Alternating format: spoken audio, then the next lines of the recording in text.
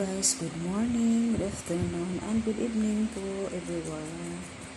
Ayan si Sparky guys, sarap ng tulog. Ayan sis, napakasarap naman ng tulog na yan.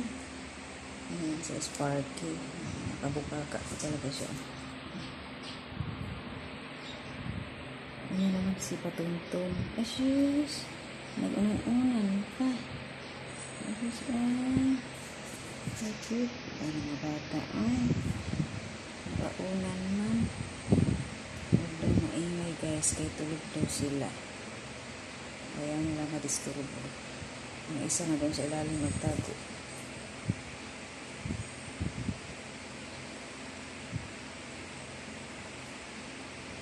Ayan si Puton.